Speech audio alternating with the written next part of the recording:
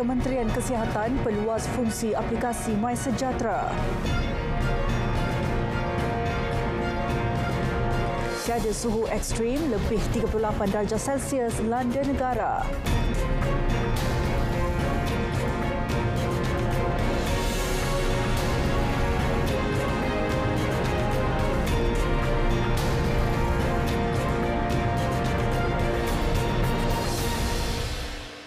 Salam Malaysia Madani, Berita Parlimen bersama saya Vimala Kasturi Virasami.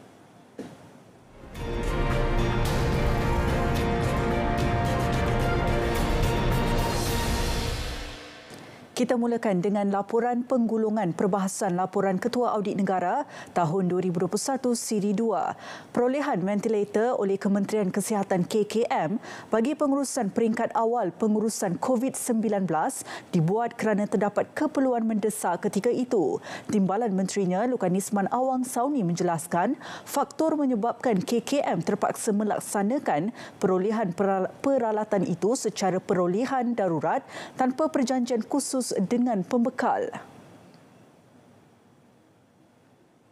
Sehubungan itu, setiap proses perolehan darurat KKM pada masa akan datang perlu mempunyai perjanjian khusus bagi memastikan mereka tidak mengambil kesempatan dan menyediakan peralatan yang mengikut piawaian. Untuk tujuan perolehan darurat peralatan ventilator ini, KKM telah menyediakan spesifikasi teknikal yang berkaitan.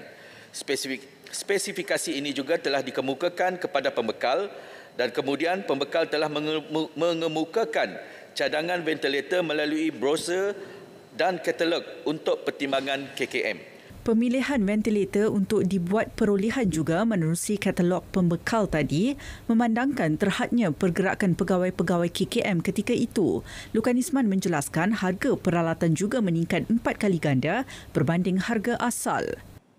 Peralatan ventilator yang dibeli oleh KKM yang dilantik ini telah dihantar terus ke fasilitis kesihatan KKM yang telah ditetapkan. Pemeriksaan dan pentauliahan TNC telah dilaksanakan oleh fasilitis kesihatan masing-masing dengan kerjasama syarikat konsesi perkhidmatan sokongan hospital PHH. KKM juga telah bersetuju agar dilaksanakan penggantian 104 unit ventilator berdasarkan kos penyelenggaraan peralatan itu, manakala unit yang tidak dapat dinaik taraf dicadang dilupuskan kepada pusat latihan teknikal bagi tujuan kemahiran dan latihan bagi mengelak pembaziran. Mengenai hala tuju aplikasi MySejahtera, Lukan Isman memaklumkan aplikasi itu kini dikembang menjadi aplikasi kesihatan awam dan milik KKM sepenuhnya. Kementerian Kesihatan telah memperluaskan aplikasi tersebut melalui fungsi-fungsi seperti berikut: surveillance penyakit berjangkit seperti TB, denggi, demam campak, penyakit anjing gila dan juga penyakit tangan, kaki dan mulut, rekod vaksinasi di bawah program imunisasi kebangsaan Malaysia, rekod saringan penyakit tidak berjangkit individu berumur 40 tahun ke atas, pendaftaran ikrar derma organ, rekod pendemar darah, temu janji mendapatkan perkhidmatan kesihatan di semua fasilitis primer. Padi beras nasional Berhad Bernas setuju tambah 150,000 tan metrik beras import. Ini bagi memastikan bekalan beras negara tidak terputus berikutan permintaan bahan makanan itu meningkat ketika ini berbanding tahun lepas. Timbalan Menteri Pertanian dan Keterjaminan Makanan Chan Fung Hin berkata, penambahan beras import itu diputuskan selepas sesi libat urus antara kementeriannya dengan Bernas minggu lalu. Kita selalu mengatakan proses libat urus secara berterusan juga dilaksanakan bersama dengan Bernas bagi memastikan isu-isu industri tetap ditangani secara pantas dan tuntas. Beliau memaklumkannya ketika menggulung perbahasan laporan Ketua Audit Negara bagi kementeriannya. Dewan hari ini juga diberi penerangan mengenai situasi semasa cuaca panas dalam negara oleh Menteri Sumber Asli, Alam Sekitar dan Perubahan Iklim. Nik Nazmi Nik Ahmad memaklumkan tiada suhu ekstrim melebihi 38 darjah Celsius diramal akan berlaku di Malaysia dari Jun hingga Disember 2023. Bagaimanapun, ada kemungkinan negara akan alami suhu sedikit tinggi daripada biasa. Ini babitkan peningkatan antara 0.5 darjah Celsius hingga 1 darjah Celsius. Negara dijangka akan mengalami fenomena El Nino lemah bermula sekitar bulan ini dan meningkat ke tahap sederhana pada November 2023. Fenomena ini dijangka akan mengakibatkan pengurangan jumlah hujan sehingga 20% hingga 40% pada bulan Jun sehingga Oktober 2023, terutamanya di negeri-negeri di selatan Semenanjung, di barat Sarawak dan di timur Sabah. Sejak Januari hingga Mei lalu, bacaan suhu harian maksimum tertinggi direkodkan 38.6 darjah Celsius di Rahut Pahang dan setakat Isnin lalu, data terkini tunjukkan hanya kawasan Bentong, Pahang berada pada tahap 1 dengan status berjaga-jaga yang membabitkan catatan suhu maksimum 35 hingga 37 darjah Celsius untuk sekurang-kurangnya 3 hari berturut-turut. Manakala kawasan-kawasan lain seluruh Malaysia berada pada tahap normal dengan suhu maksimum harian kurang 35 darjah Celsius. Dalam pada itu, beliau maklumkan negara dijangka akan berada dalam fasa akhir monsun barat daya September ini. Ia membabitkan jangkaan peningkatan hujan di kebanyakan negeri di Semenanjung dengan taburan purata hujan pada paras 100 mm hingga 450 mm. Kebanyakan kawasan di Sarawak pula dijangka terima jumlah hujan pada purata antara 200 mm hingga 350 mm. Manakala Sabah dan Labuan 50 mm hingga 250 mm. Dan taburan hujan dijangka akan terus meningkat pada bulan Oktober 2023 apabila kita berada dalam fasa peralihan monsun kedua dan seterusnya November 2023 apabila kita memasuki fasa monsun timur laut. Mengenai bekalan air terawat pula, 352 loji rawatan air yang beroperasi di Semenanjung dan Labuan berada pada tahap normal.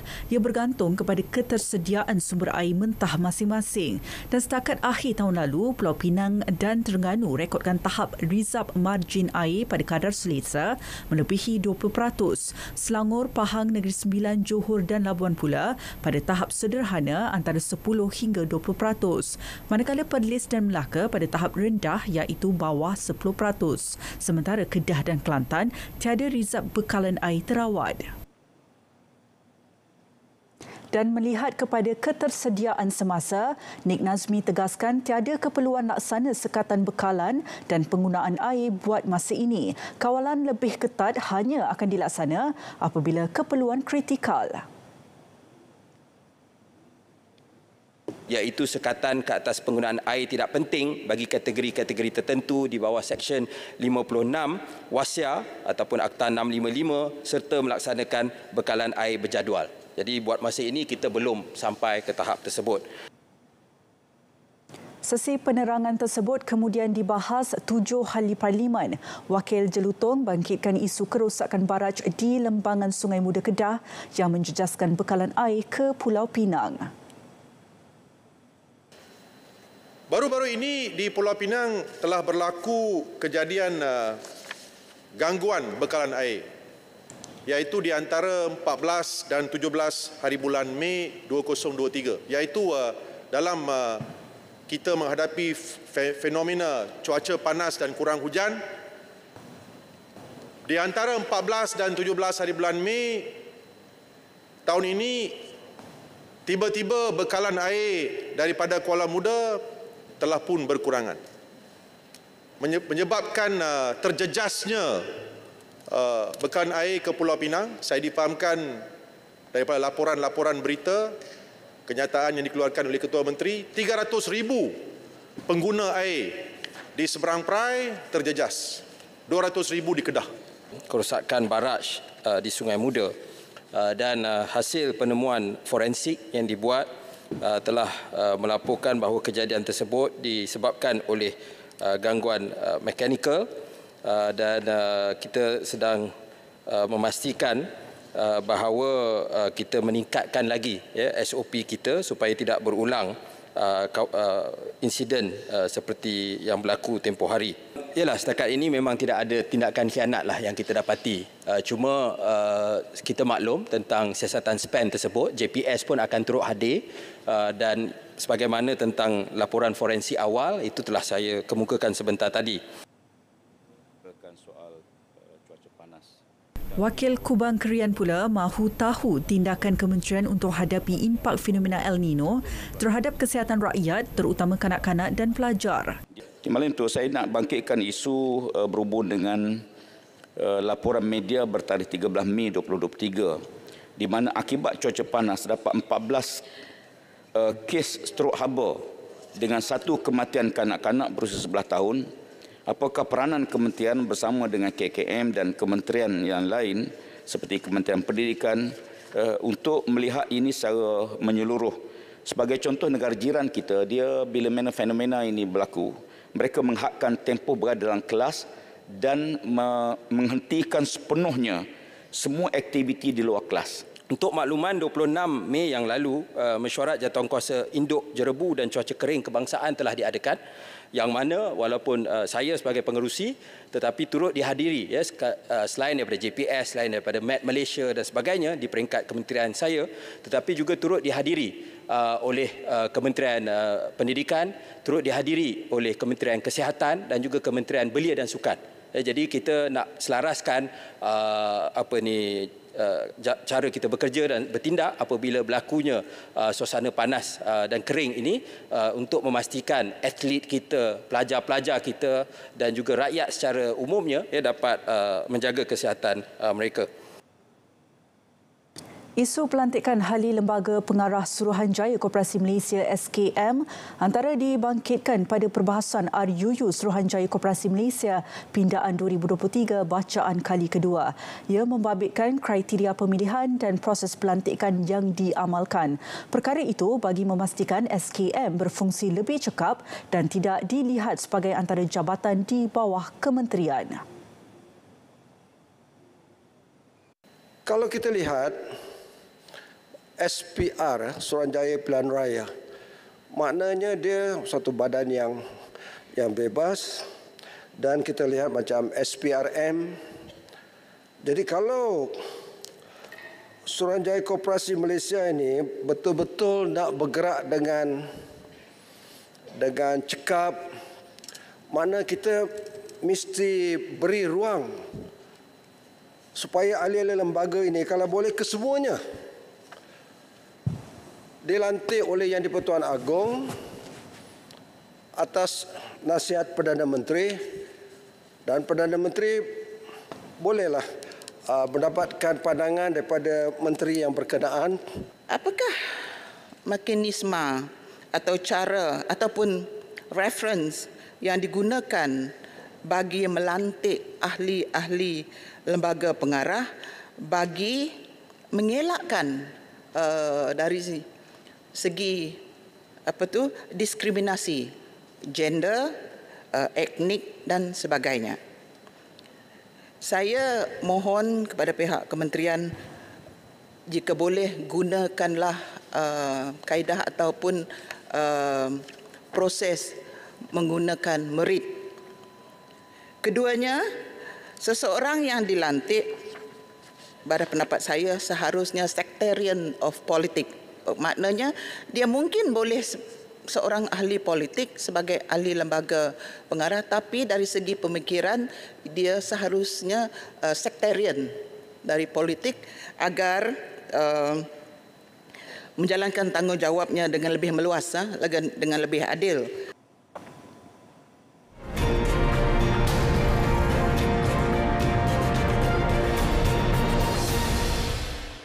Seramai 2,500 pelatih Institut Peladangan dan Komoditi Malaysia Impact berjaya dilahirkan menerusi program kemahiran bagi sektor sawit setakat 2022.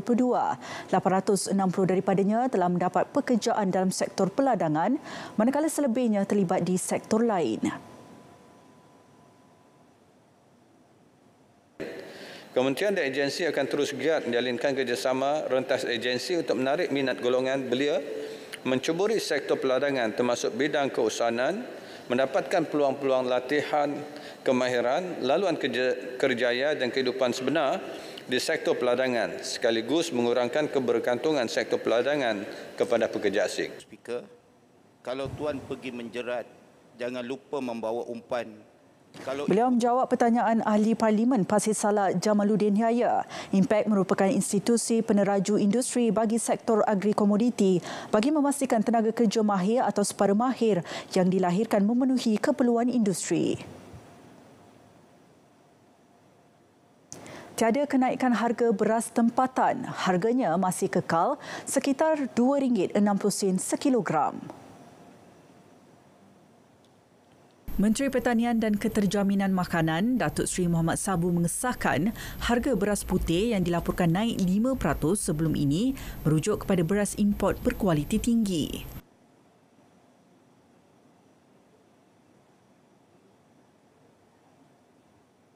Sekarang ni heboh tentang beras putih naik harga 5%. Saya memberi jaminan yang naik itu ialah harga beras import yang berkualiti tinggi untuk makanan orang-orang yang berada lah. Tapi untuk orang awam, untuk rakyat Malaysia, keadaan beras adalah terjamin di sekitar RM2.60 sekilo. Dalam pada itu, program Smart Sawah berskala besar terus diperluas secara berskala besar serta berteknologi baharu yang meningkatkan pengeluaran padi dan beras negara serta membantu negara mencapai sasaran tahap sara diri. Kita juga dalam usaha untuk mencukupkan beras, sekurang-kurang kita capai SSL. Berbagai usaha sedang dibuat sekarang ini. Memang sekarang ini pesawah kebanyakannya dijalankan oleh orang-orang yang berumur. Dengan konsep berskala besar, dengan teknologi baru, anak-anak muda mula terlibat secara aktif. Ini yang kita sedang merangka dan kita akan percepatkan. Sebab saya tiap-tiap kali saya duk bercakap soal supaya kita capai SSL ini. Boleh insya-Allah kalau kita semua berganding bahu. Menjawab soalan wakil sandakan Vivian Wong, beliau menambah menerusi Indeks Sekuriti Makanan, negara berada pada kedudukan ke-41 dengan skor 69.9 iaitu tahap sederhana. Pengaktifan semula program Malaysia My Second Home MM2H dijangka membawa pulangan RM1 bilion dalam masa setahun. Ini menerusi pengenalan syarat baharu yang diperketat melibatkan peningkatan nilai aset cair dan pemilikan akaun simpanan lebih RM1 juta. Jelas Menteri Dalam Negeri Datuk Seri Saifuddin Nasution, setakat ini pihaknya telah meluluskan 375 daripada 3,900 permohonan. Mari kita banding. Saya tengok 5 tahun ke belakang kelulusan program ini yang dah lulus. Jumlah pendapatan kepada kerajaan 2015 sampai 2019, 5 tahun, jumlahnya adalah 958 juta dalam masa 5 tahun. Tapi bila syarat ini kita ketatkan untuk kita dapatkan kualiti, termasuk aset cair 1.5 juta, fixed deposit 1 juta, 1 tahun ni saja. Yang tadi saya kata pra kelulusan sudah 800, yang dah lulus 375, ini saja sudah pun hampir mencecah 1 bilion dalam masa 1 tahun. Berbanding sebelum ni 5 tahun. Beliau menjawab soalan tambahan Ahli Parlimen Simpan Renggam Datuk Seri Hasni Mohamad. MM2H dilaksana semula pada 2021. Setakat 2002 hingga 2019, program berkenaan berupaya merangsang ekonomi dengan pendapatan berjumlah RM11.89 bilion. Ini merangkumi fee visa, pembelian hartanah dan kenderaan persendirian, simpanan tetap serta perbelanjaan isi rumah.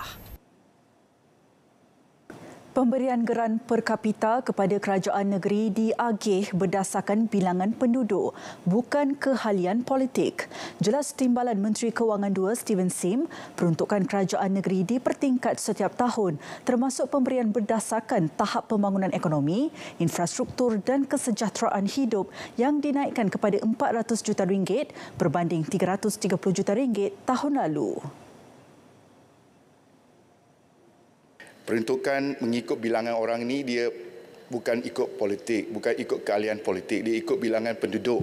Kerajaan Persekutuan dalam 12 pemberian tersebut telah menambah baik 3 jenis pemberian kepada kerajaan negeri, iaitu bersatu, pemberian berdasarkan tahap pembangunan ekonomi, infrastruktur dan kesejahteraan hidup ataupun pemberian tahap yang telah dinaikkan peruntukan daripada 330 juta ringgit kepada 400 juta ringgit. Keduanya, pemberian penyelenggaraan jalan ataupun pemberian pemperuntukan maris dinaikkan kepada 5.2 bilion ringgit berbanding 5.05 bilion pada tahun 2022. Dan ketiga, pemberian izin Ecological Fiscal Transfer EFT yang dinaikkan kepada 150 juta ringgit berbanding 70 juta pada tahun 2022. Kerajaan sentiasa menimbang penambahbaikan pemberian kepada negeri secara holistik tertakluk kepada kemampuan kewangan semasa. Penyataan bagi menjawab soalan Ahli Parlimen Pendang, Datuk Awang Hashim. Kementerian Sains, Teknologi dan Inovasi mesti sentiasa bertindak tegas dan adil dalam isu membabitkan liners. Menterinya Chang Lee Kang memaklumkan kerjasama terus dijalankan dengan semua pihak berkepentingan bagi memastikan industri nadir bumi di Malaysia berkembang secara bertanggungjawab dan mematuhi peraturan serta piawaian ditetapkan. Sebelum ini, rayuan bagi mempertimbangkan kembali 4 syarat lesen berkaitan pengurusan residu water leach purification WLP dan aktiviti cracking and leaching CNL di Liners Advanced Materials Plant telah dibuat namun ia ditolak. Bagaimanapun, mengambil kira kesan keputusan itu terhadap rantaian bekalan nadir bumi di peringkat global, mesti bersetuju untuk melanjutkan tempoh aktiviti CNL hingga 31 Disember depan. Dan kuasa yang diberikan kepada Menteri Mosti di bawah session yang sama juga, keputusan ke atas rayuan telah dibuat pada 5 hari bulan Mei 2023 dan disampaikan kepada liners. Untuk makluman Dewan Yang Mulia ini, semua maklumat dan asas-asas rayuan yang telah dikemukakan oleh pihak liners kepada Menteri Mosti adalah tertakluk di bawah kerahsiaan mengikut Seksyen 41 Akta Pelesenan Tenaga Atom 1984. Sehubungan dengan itu, perkara ini tidak boleh didedahkan. Beliau menjawab soalan Wakil Kota Melaka, Khoo Poi Tiong. Dewan Rakyat turut dimaklumkan sebanyak 1,336 siri Karnival Kerjaya dilaksana Kementerian Sumber Manusia di seluruh negara sejak Januari 2023. Timbalan Menteri Sumber Manusia Mustafa Sakmud berkata, daripada jumlah itu 21,740 pencari kerja berjaya mendapatkan penempatan pekerjaan menerusi pelbagai sektor. KSM turut mempergiatkan usaha mengadakan program melalui Talent Corp dengan fokus terhadap pembangunan keboleh pasaran dan keboleh kerjaan bakat muda negara melalui sinergi dan kerjasama merentasi kementerian, jabatan agensi kerajaan, pemain industri dan institusi pengajian tinggi awam serta teknikal. Beliau menjawab pertanyaan Ahli Parlimen Arau Datuk Seri Syahidan Kasim. Kadar pengangguran belia pada suku pertama tahun ini dilapor menurun 1% kepada 10.1% berbanding 11.1% pada suku pertama tahun 2022. Pembangunan sukan terus diperkukuh dengan menggariskan beberapa ketetapan bagi mencukil bakat muda dalam bidang sukan. Antara aktiviti sukan yang diberi perhatian KBS seperti renang dan olahraga. Ketetapan turut melibatkan Kementerian Pendidikan dan Kementerian Pengajian Tinggi. Peranan Institut Sukan Negara turut disebar luas dalam menganjurkan program pendidikan dan pelesenan kejurulatihan kepada guru serta jurulatih di bawah kementerian berkaitan. Selain dana sukan komuniti sebanyak RM20 juta turut diperluas kepada kelab dan persatuan di bawah KPM dan KPT untuk melaksanakan agenda nasional sihat di peringkat komuniti. Item-item yang telah kita setuju. Pertama adalah kerajaan bersetuju untuk mengklasifikasikan sukan tempur sebagai satu aktiviti sukan berbanding sebagai aktiviti badan beruniform untuk mewujudkan dan menggiatkan pertandingan kompetitif tahunan peringkat sekolah dan IPT merentasi pelbagai sektor pendidikan. Beliau menyatakannya selepas mesyuarat jawatankuasa peringkat tertinggi pembangunan sukan yang dipengerusikan Timbalan Perdana Menteri Datuk Seri Dr. Ahmad Zahid Hamidi.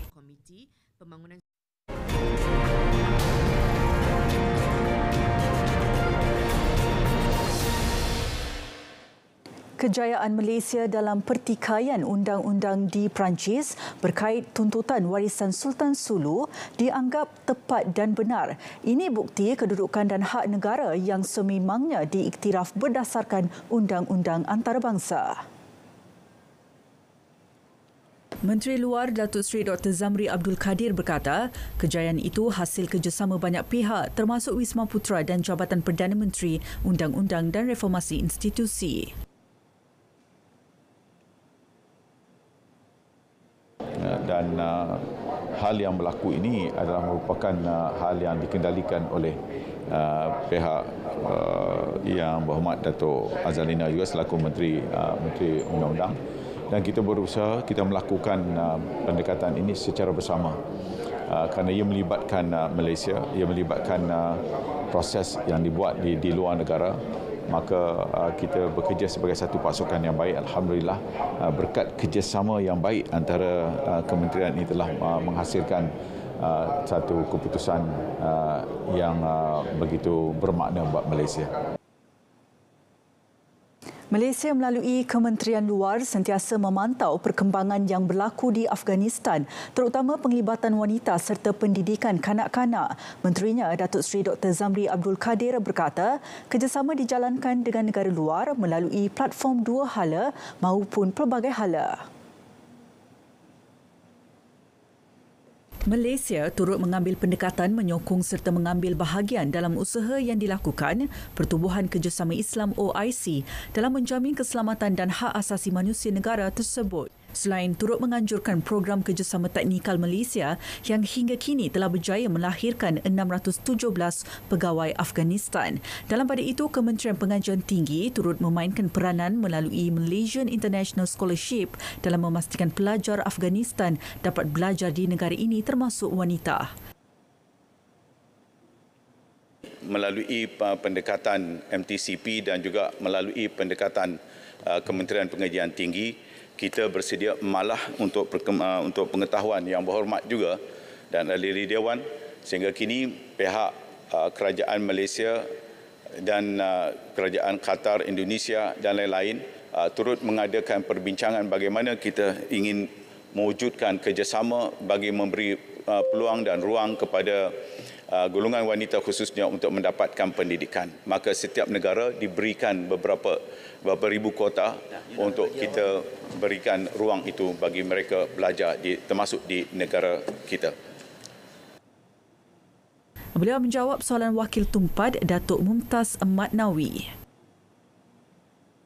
Berita Parlimen 7 Jun 2023 berakhir di sini. Saya Vimala Kasturi Virasami, Salam Malaysia Madani, tekad perpaduan penuhi harapan.